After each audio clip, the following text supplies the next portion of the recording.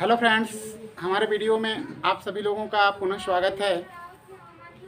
जैसा कि मैंने आप लोगों को अपने पिछले वीडियो में एक्टिव पैसिव के कुछ इम्पोर्टेंस रूल्स के बारे में बताया था, जो विशेष प्रकार के वाक्यों पर लागू हुए थे। लेकिन आज हम अपनी वीडियो में आप लोगों को जो टॉपिक लेकर के आए हुए हैं, वो टॉपिक मैंने आपको व्हाइट बोर्ड पर लिखा है। जैसा कि इसका शीर्षक हम लोगों के सामने दिख रहा है व्हाइट बोर्ड पर कि इट का प्रयोग। दोस्तों, जब भी हम किसी पैसेज या किसी कहानी को ट्रांसलेट करते हैं तो दो ऐसे शब्द हमारे पास आते हैं जिनका प्रयोग हमें प्रायः करना पड़ता है, लेकिन उन दोनों शब्दों के प्रयोग से हम अनभिज्ञ होते हैं। हम ये नहीं समझ पाते हैं कि हमारे सामने जो वाक्य आया हुआ है उस वाक्य में इट और देयर का प्रयोग भी संभव है, या इट या देयर का प्रयोग भी किया जाता है। तो आज अपने वीडियो में मैं जो आप लोगों को बताने जा रहा हूँ, उस वीडियो के माध्यम से आपको समझ लेना होगा कि कहीं भी अगर हमारे सामने जो वाक्य आएगा तो हम कैसे जान पाएंगे कि इस वाक्य का ट्रांसलेट करते समय हमें इट का प्रयोग करना होता है।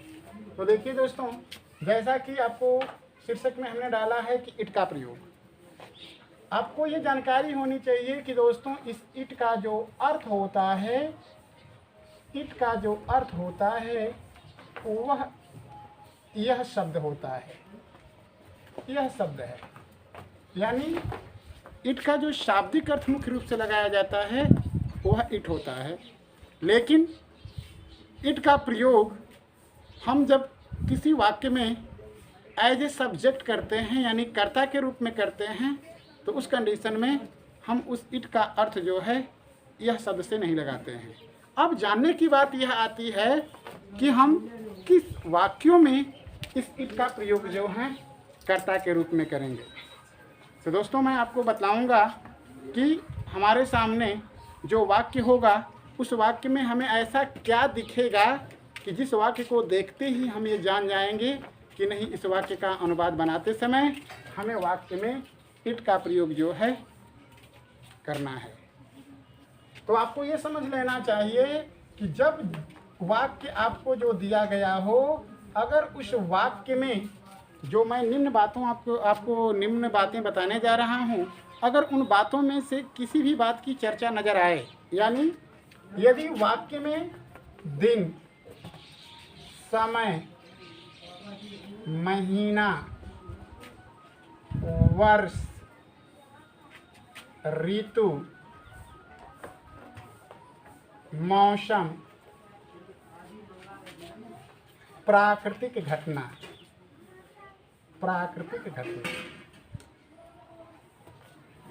की चर्चा हो,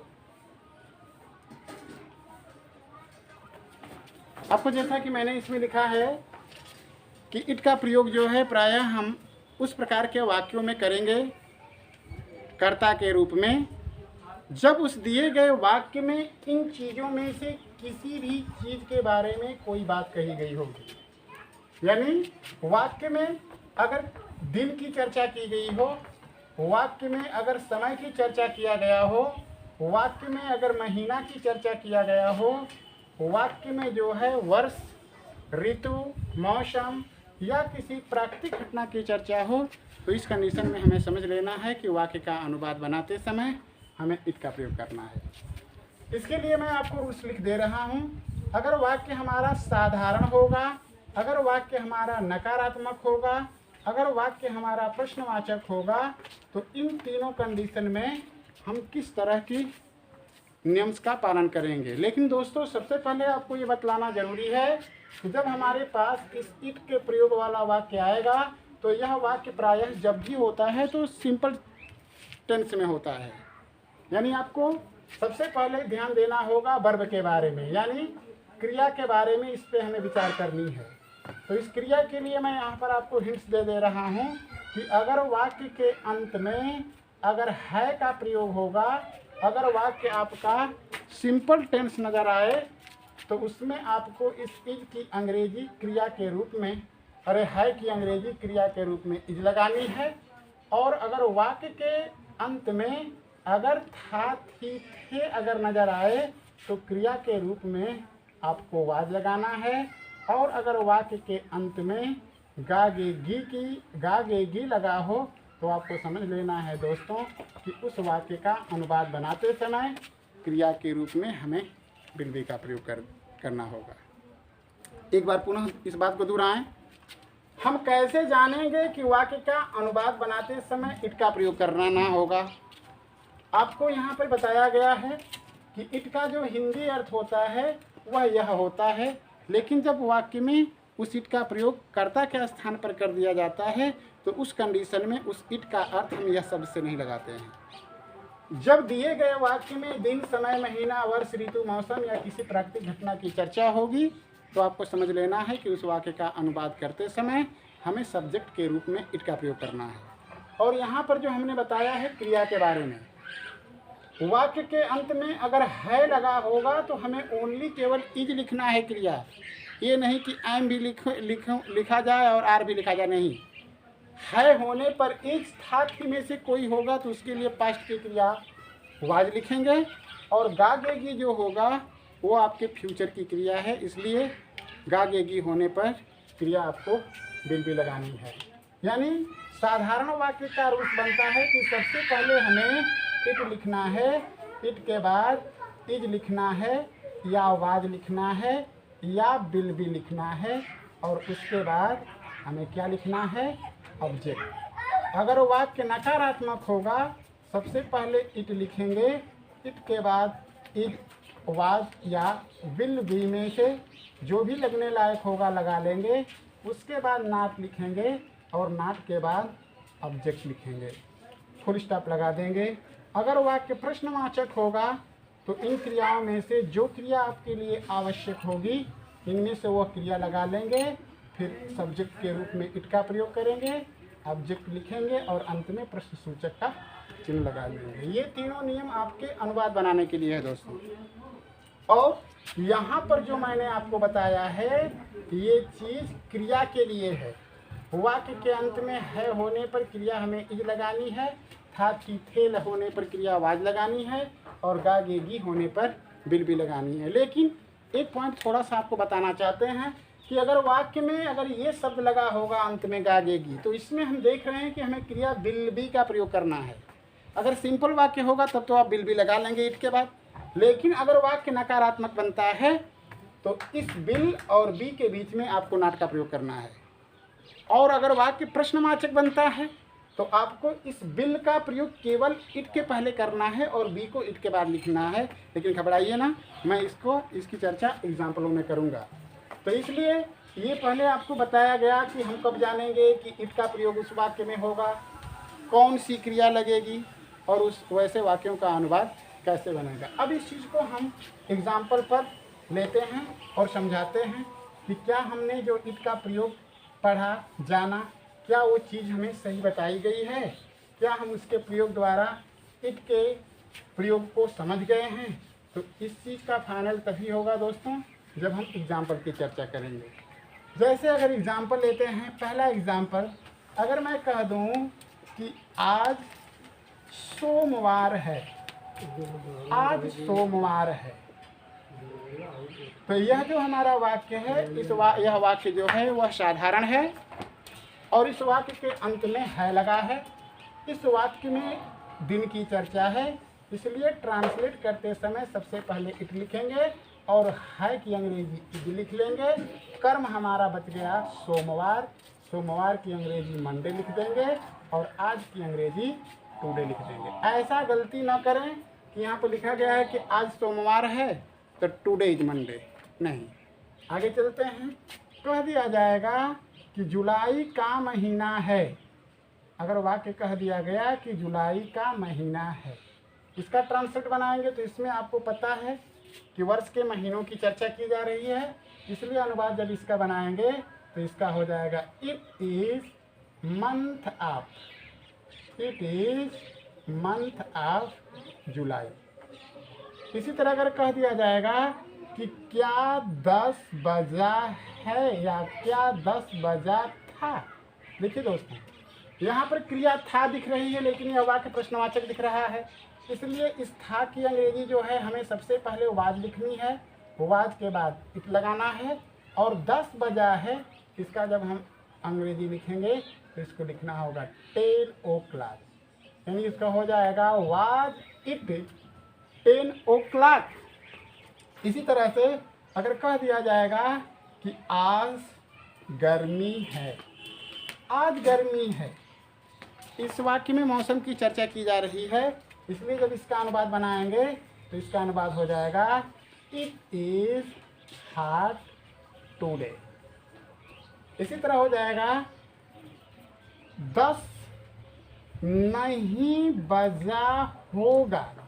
देखिए जैसा मैं आगे वाले आपको की चर्चा किया था, 10 नहीं बजा होगा। इस वाक्य में समय की चर्चा की जा रही है, लेकिन वाक्य के अंत में गागेगी है, यानी इस क्रिया हमें बिल बी का प्रयोग करना है। लेकिन हमने आपको बताया है कि बिल और बी के बीच में हमें इस नाट का प्रयोग करना है, यानी बिल इट बी, यानी bill it not be 10 o'clock, 10 o'clock।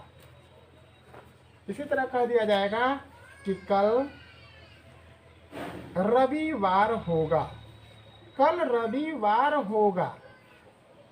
फिर इसमें गागे दिया गया, लेकिन वाक्य आप देख रहे हैं कि साधारण है।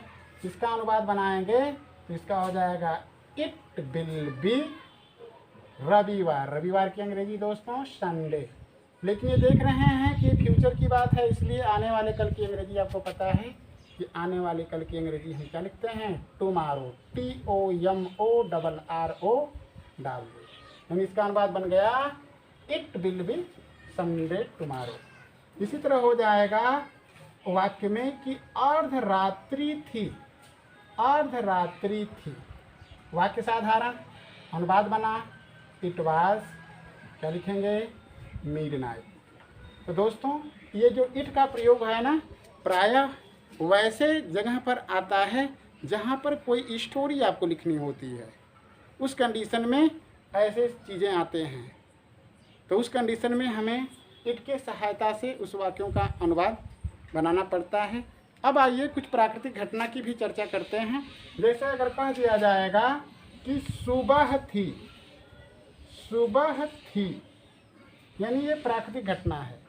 इसका जब अनुवाद बनाएंगे आप तो इसका अनुवाद हो जाएगा it was morning, it was morning. इसके अलावा भी कुछ प्राकृतिक घटनाएं हैं और भी एग्जाम्पल आपके सामने देते हैं ताकि आपका कंफ्यूजन जो हो दूर हो जाए। जैसे कह दिया जाएगा कि क्या वर्षा हो रही है, क्या वर्षा हो रही है। इस वाक्य के अंत में देख रहे हैं कि है लगा है, लेकिन यह वाक्य में जो ये रहा शब्द है ये कॉन्टिन्यूअस टेंस की पहचान बता रहा है और वर्षा का होना एक प्राकृतिक घटना के अंतर्गत होता है। इसलिए जब इसका अनुवाद बनाएंगे तो सबसे पहले आपको लिखना है इज, क्योंकि वाक्य प्रश्नवाचक है। उसके बाद हम लिख देंगे इज, और उसके बाद रही है के भाव के अनुसार अब हमको लिखना है रेनिंग, यानी इट वाज रेनिंग। इसी तरह से और वाक्य हो सकता है, जैसे क्या कल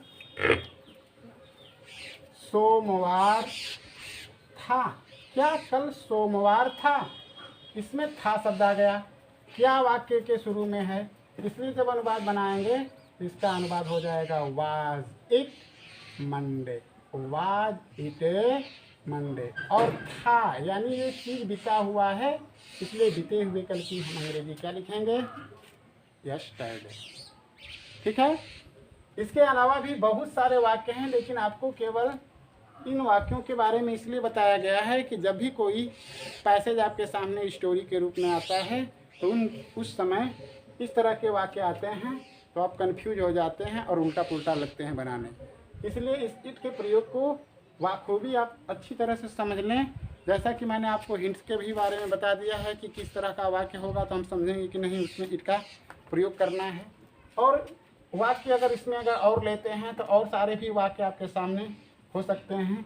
जैसे कह दिया जाएगा कि क्या अंधेरा, क्या अंधेरा हो रहा था, क्या अंधेरा हो रहा था। ये अंधेरे का होना भी एक प्राकृतिक घटना है, इसलिए इसका जब अनुवाद बनाएंगे आप तो वाज इट डार्क माने अंधेरा होता है, लेकिन इसको टेंस के मुताबिक, इस वाक्य के भाव के मुताबिक लिख देंगे हम क्या, डार्क। वाक्य प्रश्नवाचक होगा तो एक वाक्य तो प्रश्नवाचक आपको क्या से बताया गया है, लेकिन एक वाक्य प्रश्नवाचक ऐसे भी होते हैं जिनके वाक्य के बीच में प्रश्नसूचक शब्द आते हैं, तो उसके लिए हम करते क्या हैं कि उस प्रश्नसूचक शब्द की अंग्रेजी पहले लिख देते हैं। जैसे कह दिया जाएगा कि कल रात में गर्मी क्यों थी, कल रात में गर्मी क्यों थी। इसके देखिए, इसके आगे अब कोई क्या शब्द नहीं आया है, लेकिन इस वाक्य के बीच में क्यों शब्द आया जो कि एक प्रश्नसूचक शब्द है। इसलिए जब इसका अनुवाद बनाएंगे तो अनुवाद बनाते समय सबसे पहले लिखेंगे व्हाई, टेंस के मुताबिक क्रिया हमको दिख रही है वाज, फिर हो जाएगा इट, गर्मी, गर्मी की अंग्रेजी लिख देंगे हिट या हाट भी लिख सकते हैं। व्हाई वाज इट हाट, ठीक है ना, कहाँ, रात में, इन द नाइट, और कल थी के मुताबिक ये चीज़ बीता हुआ है यानी पास्ट की बात है, इसलिए यहाँ पर लिख देंगे। इसी तरह से अगर कह दिया जाएगा कि कल स्वतंत्रता दिवस है, कल स्वतंत्रता दिवस है, इसका जब अनुवाद बनाएंगे आप तो इसका मतलब हो जाएगा इट इज इंडिपेंडेंस डे। और क्या, देखो कल स्वतंत्रता दिवस है, तो इसका अनुवाद जब बनाएंगे तो ये भले ही फ्यूचर को दिख रहा है, लेकिन उसके मुताबिक अगर हम देखेंगे तो कल स्वतंत्रता दिवस है, इसका अनुवाद हो जाएगा इट इज इंडिपेंडेंस डे। और ये चीज़ अभी कल स्वतंत्रता दिवस है, वो दिन अभी आया नहीं है, इसलिए यहाँ पर अगर उचित समझेंगे तो टुमारो का भी प्रयोग कर सकते हैं।